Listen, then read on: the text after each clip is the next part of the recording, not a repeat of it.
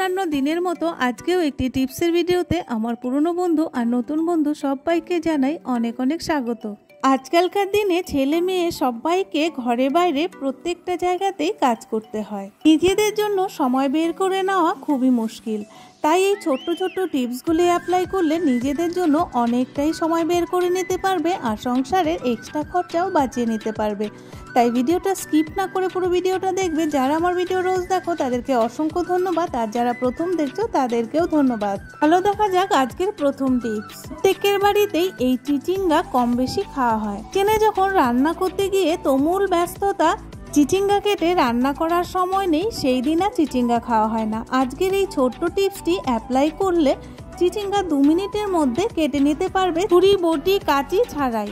তার জন্য নিতে হবে একটা যে কোনো কৌটোর ঢাকনা কিংবা আমাদের ড্রিঙ্কসের যে বোতলগুলো হয় সেই বোতলের একটা ক্যাপ নিয়ে এইরকম খুব শর্ট টাইমের মধ্যে চিচিঙ্গার খোসাটা ছাড়িয়ে নিতে পারবে। অনেক সময় তাড়াহুড়ো করে চিচিঙ্গা ছুরি দিয়ে কাটতে গেলে ছুরিটা কিন্তু হাতে লেগে যায়, হাতটা কেটে যায় আর কিচেনের অর্ধেক কাজ বাকি পড়ে থাকে। যারা নতুন গৃহিণী আর যারা বটি দিয়ে একদমই সবজি কাটতে পারে না তাদের জন্য এই টিপসটি খুবই উপকারী।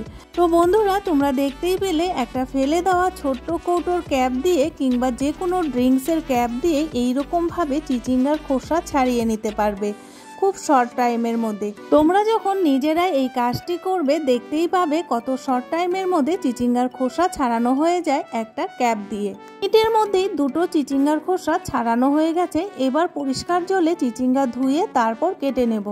বন্ধুরা, চিচিঙ্গা কাটার আগে সবসময় আগে ধুয়ে নেবে, তাহলে রান্না করতে খুব তাড়াতাড়ি হবে। কেন কি না চিচিঙ্গা রান্না করার সময় চিচিঙ্গাতে প্রচুর পরিমাণে জল উঠে আর রান্না করতে অনেকটাই লেট হয়ে যায়।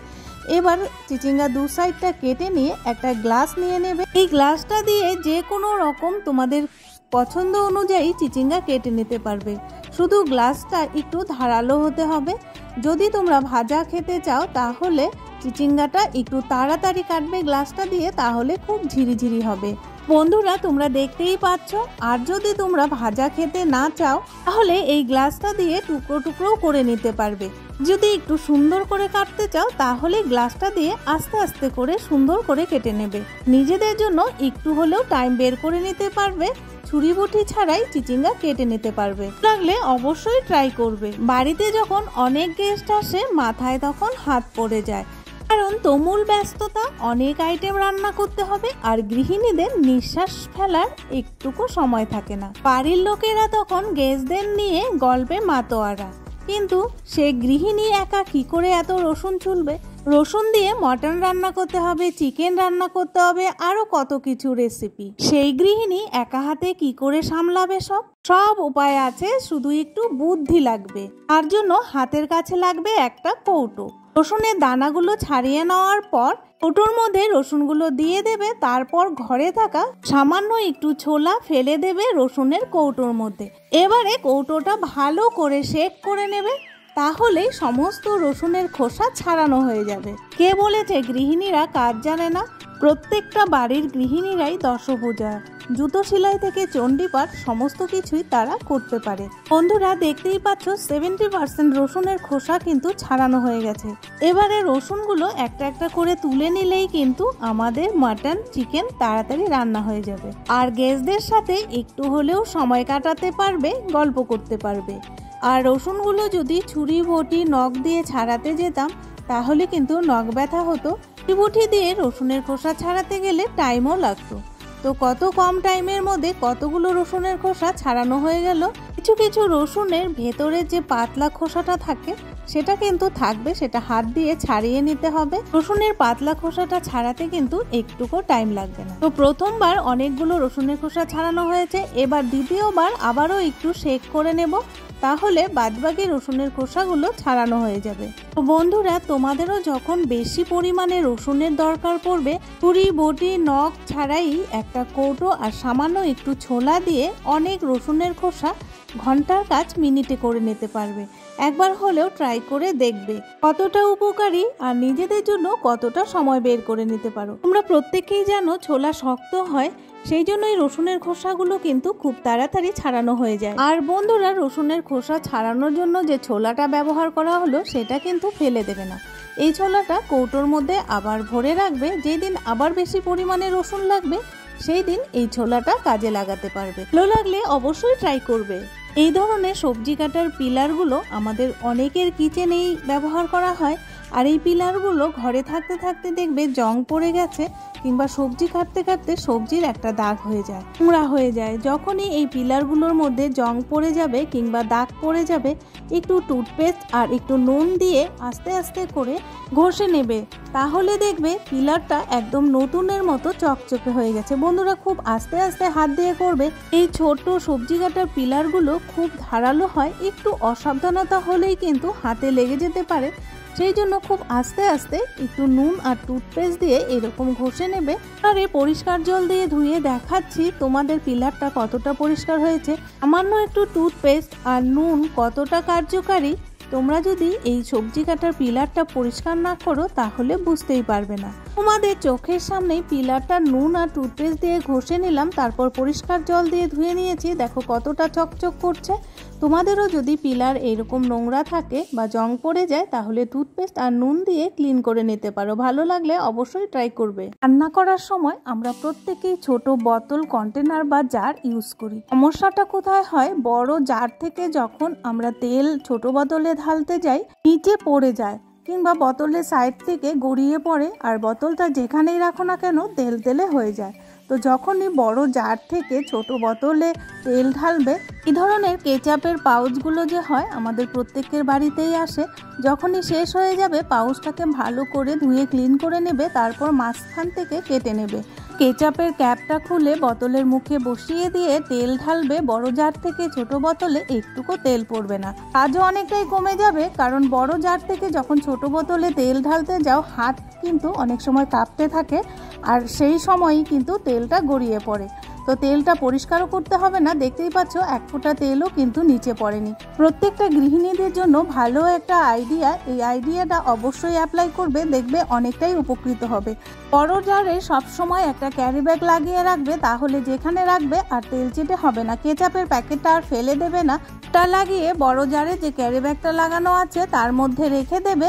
ক্যারি ব্যাগের মধ্যে রেখে দিলে কোনো আরশোলা বা পোকামাকড় কিচ্ছু বসবে না। আবার যখন তেল ঢালবে এই পাউচটা ইউজ করতে পারবে। ভালো লাগলে অবশ্যই ট্রাই করবে। এইরকম চশমার ফেলে দেওয়া কাভারগুলো যদি বাড়িতে একটাও থাকে কখনোই ফেলে দেবে না। এই চশমার কাভারগুলো দিয়ে অনেক বড় সমস্যার সমাধান করতে পারবে। এখানে আমি 3টে ফেলে দেওয়ার চশমার কাভার নিয়েছি।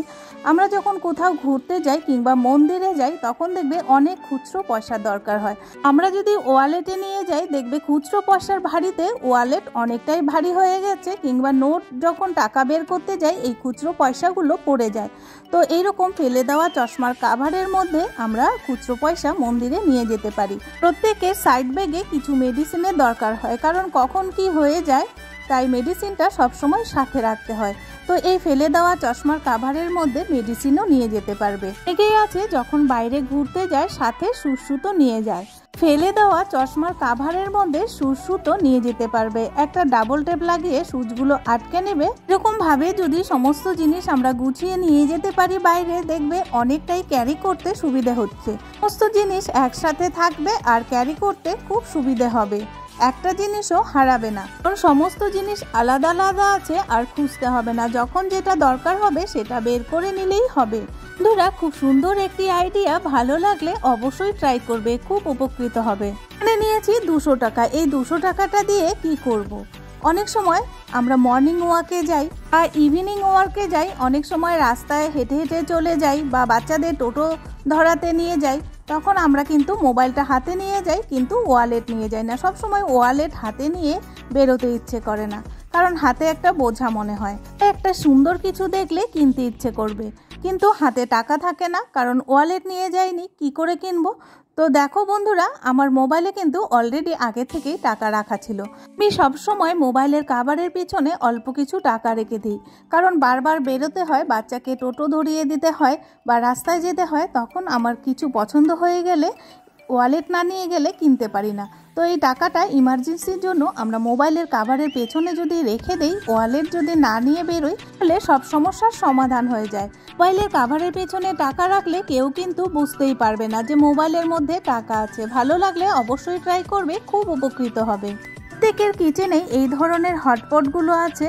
অনেক সময় দেখা যায় এই হটপটগুলো ব্যবহার না করতে করতে একদম ফাঙ্গাস ধরে গেছে, দুর্গন্ধ ছড়াচ্ছে। সেই সময় এই হটপটে খাবার রাখলে খাবারটাও কিন্তু নষ্ট হয়ে যায়, দুর্গন্ধ হয়ে যায়।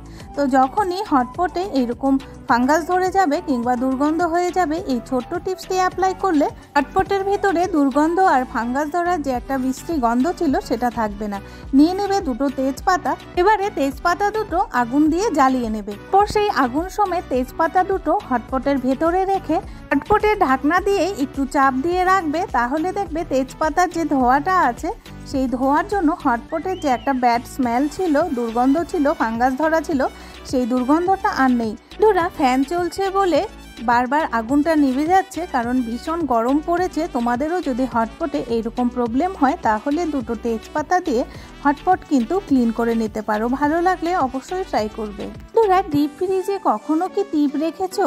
যদি না রেখে থাকো, একবার হলেও রেখে দেখো, কতটা উপকৃত হবে। তো ডিপ ফ্রিজে কেন টিপ লাগাচ্ছি সেটা জানার আগে আজকের এই টিপসগুলো তোমাদের কাছে কেমন লাগলো তোমরা অবশ্যই একটা লাইক করে কমেন্টস করবে। তোমাদের দেওয়া একটা লাইক আমাদের নিত্য নতুন ভিডিও বানাতে অনেকটাই মোটিভেট করে। তোমরা যদি একটা লাইক করে দাও তাহলে আমাদের কষ্ট করে ভিডিও বানানোটা অনেকটাই সার্থক হয়। তো বন্ধুরা, এখানে নিয়ে নিয়েছি কতগুলো টিপের পাতা। প্রত্যেকটা মেয়ে বই এই টিপগুলো পড়ে। এই গরমের মধ্যে আমরা যখন টিপ পড়ি দেখবে কপালে একদম বসতে চায় না, পড়ে যায়, কারণ আমাদের শরীরে ঘাম থাকে। টিপের আঠাটা একদমই বসতে চায় না। তোমরা দেখতেই পাচ্ছ হাতে টিপটা বসিয়ে একটু সরিয়ে নিচ্ছি, তাতেই টিপটা কিন্তু পড়ে যাচ্ছে, কারণ আঠাটা স্কিনের মধ্যে ধরতেই চাইছে না। শুধু একটা টিপ নয়, অনেকগুলো টিপ আমি চেঞ্জ করে করে বসিয়ে তোমাদের দেখিয়ে দিলাম, একটা টিপও কিন্তু বসতে চাইছে না। টিপ পড়ে যাওয়ার প্রবলেমটা আর থাকবে না যদি তোমরা এই ছোট্ট টিপসটি অ্যাপ্লাই করো। যদি কোনো নতুন বন্ধু এসে থাকো আমার চ্যানেলে, এই ভিডিওটা দেখছো, অবশ্যই সাবস্ক্রাইব করে বেল নোটিফিকেশনটি অল করে রাখবে।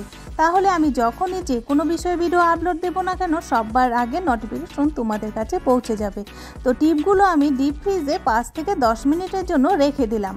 ফিরে এলাম 10 মিনিট পর। এবার টিপগুলো বের করে নিচ্ছি, আর তোমরা নিজেরা চোখের সামনেই দেখতে পাবে এত সুন্দরভাবে টিপগুলো বসে যাচ্ছে আর একটুকু উঠছে না, কারণ ডিপ ফ্রিজে রাখার জন্য টিপের আঠাটা একদম শক্ত হয়ে বসে যাবে। দেখতেই পাচ্ছ বন্ধুরা, টিপ হাতের মধ্যে লাগিয়ে কত জোরে জোরে ঘষছি, তবুও কিন্তু টিপ একদম নিচে পড়ছে না।